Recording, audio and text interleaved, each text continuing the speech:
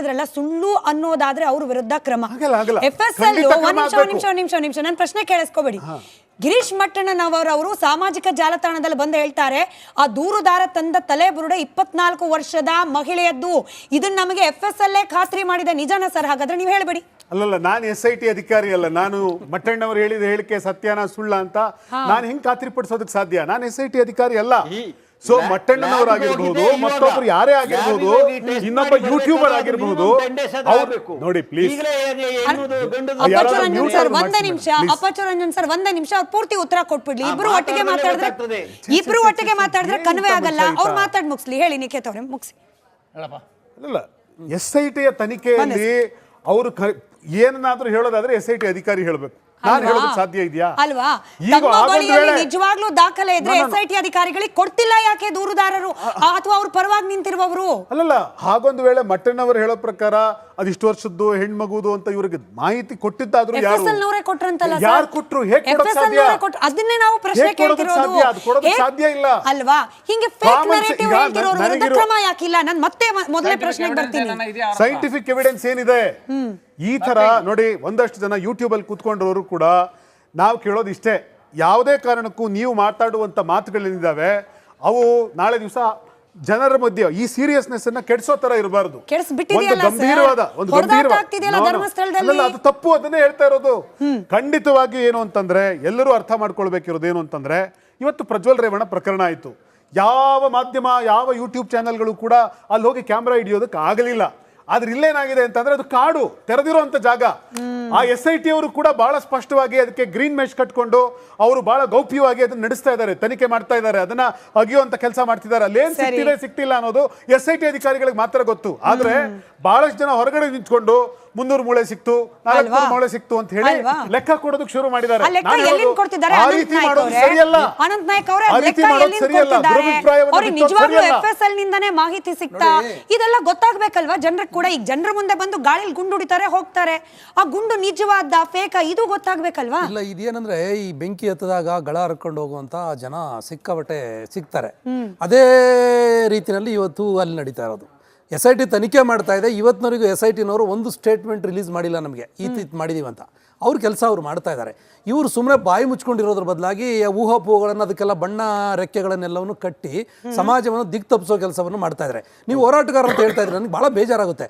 ಯಾವುದೇ ಒಬ್ಬ ಹೋರಾಟಗಾರ ಸಮಾಜದ ಬಗ್ಗೆ ಕಳಕಳಿ ಕಾಳಜಿ ಇದ್ದವನು, ಅವನು ಸಮಾಜದ ಹಿತರಕ್ಷಣೆಗಾಗಿ ದುಡಿತಾನೆ. ಈಗ ನಾನು ಈ ತಿಮರೋಡಿ ಅವರು ಹೋರಾಟ ಮಾಡ್ತಾ ಇದ್ದಾರೆ. ತಿಮರೋಡಿ ಅವರು ಯಾರು? ಹಿಂದೂ ಜಾಗರಣ ವೇದಿಕೆ RSS ನಾಯಕರು. ಮಟ್ಟಣ್ಣ ಅವರು BJP ನಾಯಕರು. ಸದಾನಂದ ಭಟ್ರು ಅಂತಂದೇಳಿ ಅವರು RSS ನಾಯಕರು. ಅನನ್ಯ ಭಟ್ ಫ್ಯಾಮಿಲಿಯಲ್ಲಿದೆ, ಪದ್ಮಾಲತಾ ಫ್ಯಾಮಿಲಿ ಅದರಲ್ಲಿದೆ. ಇನ್ನು ಯಾರು? ಇವರೆಲ್ಲರೂ ಕೂಡ BJP RSS ಜೊತೆಗಿದ್ದವರು. ಇವರಿಗೆ RSS ನವರು ಬುದ್ಧಿ ಹೇಳಬೇಕು. RSS ನವರು ಕರೆದು ಮಾತು ಬಹುಶಃ ನನಗೆ ಅನ್ಸುತ್ತೆ ಏನು ಗೊತ್ತಾ ನಿಖಿತ್, RSS ಎರಡು ಗುಂಪುಗಳ ಮಧ್ಯೆ ನಡೀತಾರ ಹೋರಾಟ. ಇದು RSS ನಲ್ಲಿರುವಂತಹ ಎರಡು ಗುಂಪುಗಳ ಮಧ್ಯೆ ಇರೋ ಸಮಸ್ಯೆ ಇದು. ಇದನ್ನು ಇಡೀ ರಾಜ್ಯಕ್ಕೆ ಇದು ಮಾಡ್ತಾರೆ.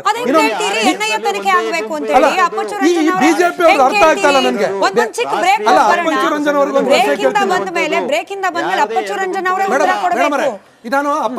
ಒಂದು ಪ್ರಶ್ನೆ ಕೇಳ್ತೀನಿ. ಅಪ್ಪಚ್ಚು ರಂಜನ್ ಅವರೇ, ನೀವು BJPಯಲ್ಲಿ ಬಹಳ ಹೆಸರಿರುವಂತವ್ರು. ನಮ್ಮ BJPಯ ಅಲ್ಲಿ ಕಲ್ಲಡ್ಕ ಪ್ರಭಾಕರ್ ಭಟ್ರು ಇದ್ದಾರೆ, RSS ಲೀಡರ್, ಹೌದು, BJP ಲೀಡರ್, ಭಾಗದ ರಾಜಕಾರಣ ನಿರ್ಧಾರ ಮಾಡೋರು. ಕಲ್ಲಡ್ಕ ಪ್ರಭಾಕರ್ ಭಟ್ರು ಈ ಪ್ರಕರಣದ ಕುರಿತಂತೆ ಏನ್ ಮಾತಾಡ್ತಾರೆ ಅಂತ ಕುತೂಹಲ ಇದೆ.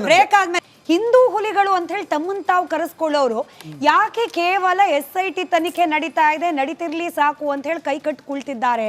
ಬೇರೆ ಎಲ್ಲದಕ್ಕೂ ಕೂಡ ಪಾದಯಾತ್ರೆ ಮಾಡುವವರು, ಪ್ರತಿಭಟನೆ ಮಾಡುವವರು, ಇಷ್ಟೆಲ್ಲ ತಾವು ನಂಬುವ ಐಡಿಯಾಲಜಿ ವಿರುದ್ಧವಾಗಿ ಮಾತುಗಳು, ಪ್ರತಿ ಮಾತುಗಳು ಬರ್ತಾ ಇದ್ರು ಕೂಡ ಮೌನಕ್ಕೆ ಶರಣಾಗಿರೋದು ಯಾಕೆ? ಅಪಚುರಂಜನ್ ಸರ್,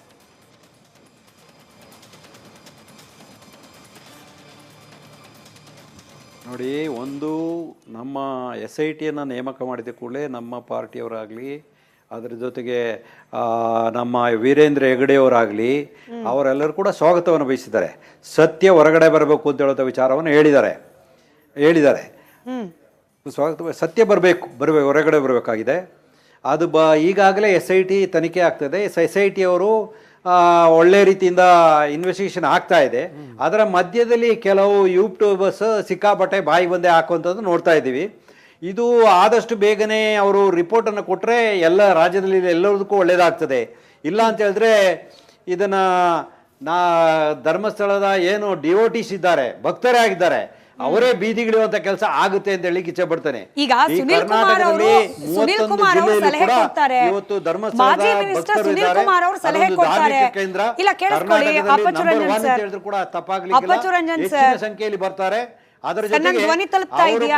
ಒಂದು ರೀತಿಯಲ್ಲಿ ಮಹಿಳೆಯರಲ್ಲ ಸರ್, ನನ್ ಧ್ವನಿ ತಲುಪ್ತಾ ಇದೆಯಾ? ಅಪ್ಪಚ್ಚು ರಂಜನ್ ಸರ್, ಪ್ರಶ್ನೆ ಕೇಳಿಸ್ಕೊಳ್ಳಿ. ಕೆಲಸವನ್ನ ಅವ್ರು ಮಾಡಿದ್ದಾರೆ, ಪ್ರಶ್ನೆ ಕೇಳಿಸ್ಕೊಳ್ಳಿ. ಕೆಲಸವನ್ನ ಅವ್ರು ಮಾಡಿದ್ದಾರೆ. ಆಯ್ತು, ಅವರು ಕೂಡ ತಾಳ್ಮೆಯಿಂದ ನೋಡ್ತಾ ಇದ್ದಾರೆ.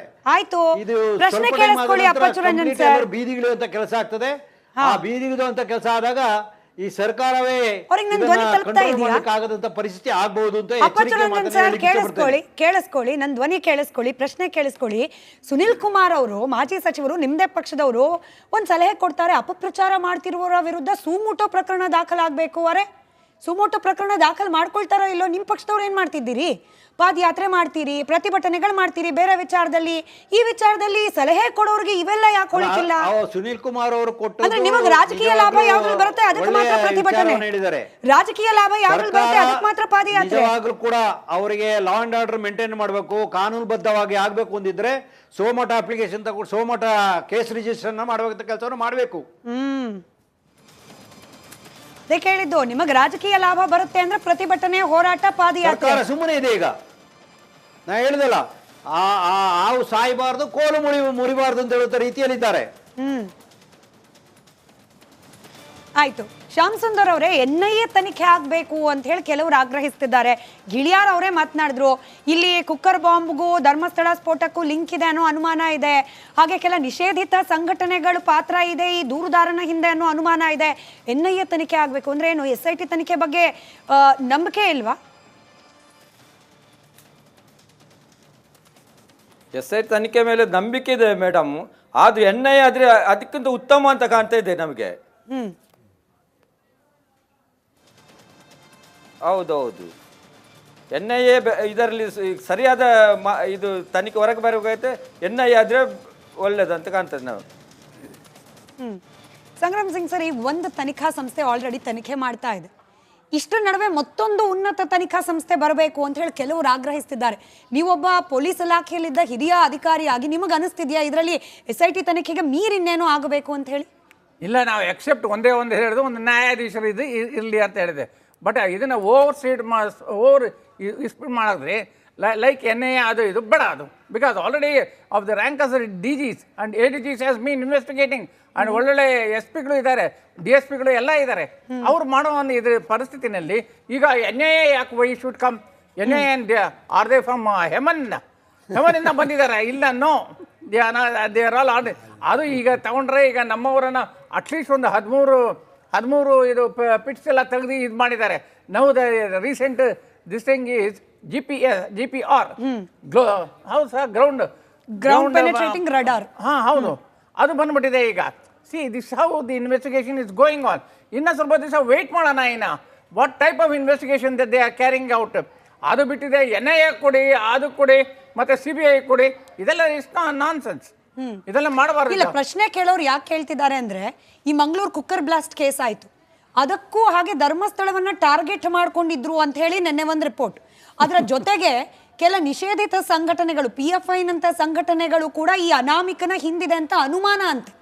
ಹೀಗಾಗಿ ಇದು SIT ವ್ಯಾಪ್ತಿಗೆ ಮೀರಿದ್ದು ಪಾಯಿಂಟ್ ನಾನು ಬಂದು ಇವರಿಗೆ ಡಿಸ್ಕಸ್ ಮಾಡಿದೆ. ಏನ್ರಿ, ನಾಳೆ ದಿವಸ ಇದು PFI ಅಥವಾ SDPI ಬರುತ್ತಲ್ಲ, ಏನಾಗುತ್ತೆ ಅಂತ ಹೇಳಿದೆ. ನಾನು ಹೇಳಿದೆ, ನೋ ಅದೆಲ್ಲ ಊಹಾಪೋಹಗಳು ಬೇಡ, SIT ಬೇಡ, SIT ಇರಲಿ, but not NDA. NIA national investigation agency ನಮ್ಮ ಯಲಹಂಕ ರೋಡಲ್ಲಿ ಇದೆಯಲ್ಲ, ಅದೇನು ಬೇಡ ಮೇಡಮ್. ಇನ್ನು ಮಾಡ್ತಾರೆ. ಇನ್ನು ಎಕ್ಸೆಪ್ಟ್ ಒಂದು ನ್ಯಾಯಾಧೀಶರು ಏನೋ ಒಂದು ಹಾಕೊಂಡಿದ್ದೆ ಮಾಡಿದೆ. ನಮ್ಮ ಇದರಲ್ಲಿ ಎಲ್ಲ ಇದು ಕೊಡಿ. ವೀರಪ್ಪನಿಗೋಸ್ಕರ ಅವನು 83 ಕೋಟಿ ಕೊಟ್ಟರು ಸರ್ಕಾರ. ಇದು ಕೊಳ್ಳಿ, ಈಗ 83ರಲ್ಲಿ 50 ಕೋಟಿ ಕೊಳ್ಳಿ. ಎಲ್ಲ ಎಕ್ವಿಪ್ಮೆಂಟ್ಸ್ ಎಲ್ಲ ತಗೊಳ್ತಾರೆ, ಸೈಂಟಿಫಿಕ್ ಎವಿಡೆನ್ಸ್ ಕ್ರಿಯೇಟ್ ಮಾಡ್ತಾರೆ. Why should be sent to this thing ಯಾವಲಿಗೆ ಮಣಿಪಾಲ್ ಹಾಸ್ಪಿಟ್ಲಿಗೆ. Let the doctors be deputed for this thing SIT itself. ನೋಡಪ್ಪ, ಇದು ತಲೆ ಬುರುಡೆ ಬಂದಿದೆ. ಆ್ಯಂಡ್ ಮಟನ್ ಅವರ್ ಸೇಸ್ ಏನು, ಇದು ಹೆಣ್ಣಿನ ಒಂದು ಬುರುಡೆ, ತಲೆ ಬುರುಡೆ ಅಂತ ಹೇಳಿದೆ. ಅದು ಟ್ರಂಕಲ್ಲಿ ತೆಗೆದೇ ಇಲ್ವಾ? ನಾವು ಮೀಡಿಯಾದಲ್ಲಿ ಯಾವುದ್ರಲ್ಲೂ ನಾವು ನೋಡೇ ಇಲ್ಲ. ನಾವು ಹಿ ಸೇಸ್ ನಾವು ಇದು ಹೆಂಗಸಿನ ಒಂದು ತಲೆ FSL ಇಂದಾನೇ ಹೇಳಿದಾರಂತ ಅವ್ರಿಗೆ. ಆ?